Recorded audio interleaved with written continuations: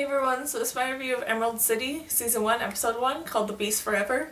And basically what this episode is about is that while on the search for her mother, Dorothy Gale is swept up by a tornado and lands in this very mystical world where she is going and coming in contact with a very powerful king who's up against forces of some powerful witches and mystical forces. And this was a really interesting first episode that did a really good job at sticking to a lot of the core themes of the original Wizard of Oz, but also taking a lot of their own liberties and takes on how things could be changed around. And they did such a good job and made it really kind of dark and really kind of cool. And I really like the take that they chose to do with Dorothy in this series, where she's a much older Dorothy, and she has a job as a nurse, and she's sort of trying to get to know her birth mother, and that seems really kind of cool. But the whole beginning sort of scene right before Dorothy is swept up by the tornado, that I didn't really understand what was all going on there, and hopefully as the episodes progress that might be answered what was really going on there.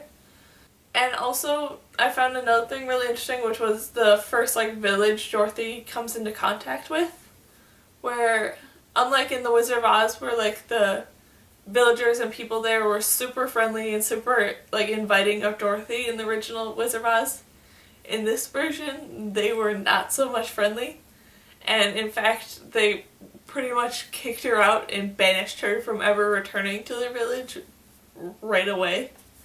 And that was kind of cool that there was a bit of a difference there.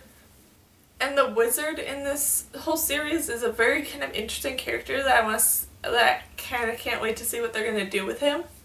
Because of the fact that he's not so much of a wizard as more he's a king. And a very all-powerful king who basically outlawed magic in all of Oz. So, and pretty much everyone listens to that, even the three head witches. So I'm very interested to see how that's gonna all turn out. And the Witch of the West, for what they've shown so far, is a very subdued version of what she typically is shown as. So I'm very interested to see if that's just because she can't use her magic, and maybe she'll become more evil as she has to use her magic more and more. And the idea that of this rising darkness that the wizard believes is Dorothy is a kind of cool idea that I kind of can't wait to see how that all plays out. Because in some moments that if you watch this episode you'll see she kind of seems this big amount of darkness.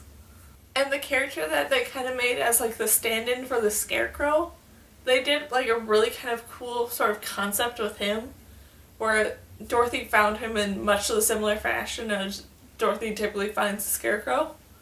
But instead of him necessarily needing a brain, instead this character lost all his memories and wants them back. So that's kind of a cool thing that they did there. And the ending of this episode was kind of cool, with Dorothy sort of tricking the Witch of the East in a very kind of clever way into doing some stuff. And I'm very interested in seeing how that whole concept plays out that was kind of brought up here and there throughout this episode, where it's that only a witch can kill another witch. So if that remains true with all of what Dorothy's brought over from her world, or if that might end up no longer being true because Dorothy has something a bit more powerful than magic or something like that. And it was kind of weird how they decided to go with these ruby-studded armor sort of gloves that Dorothy wears instead of the classic shoes that they necessarily didn't even have to be ruby, but something like that. So I'm very curious to see what this ruby-studded armor gloves will do for Dorothy in the future. And yeah, that's my review of Emerald City, Season 1, Episode 1, called The Beast Forever. So, yeah.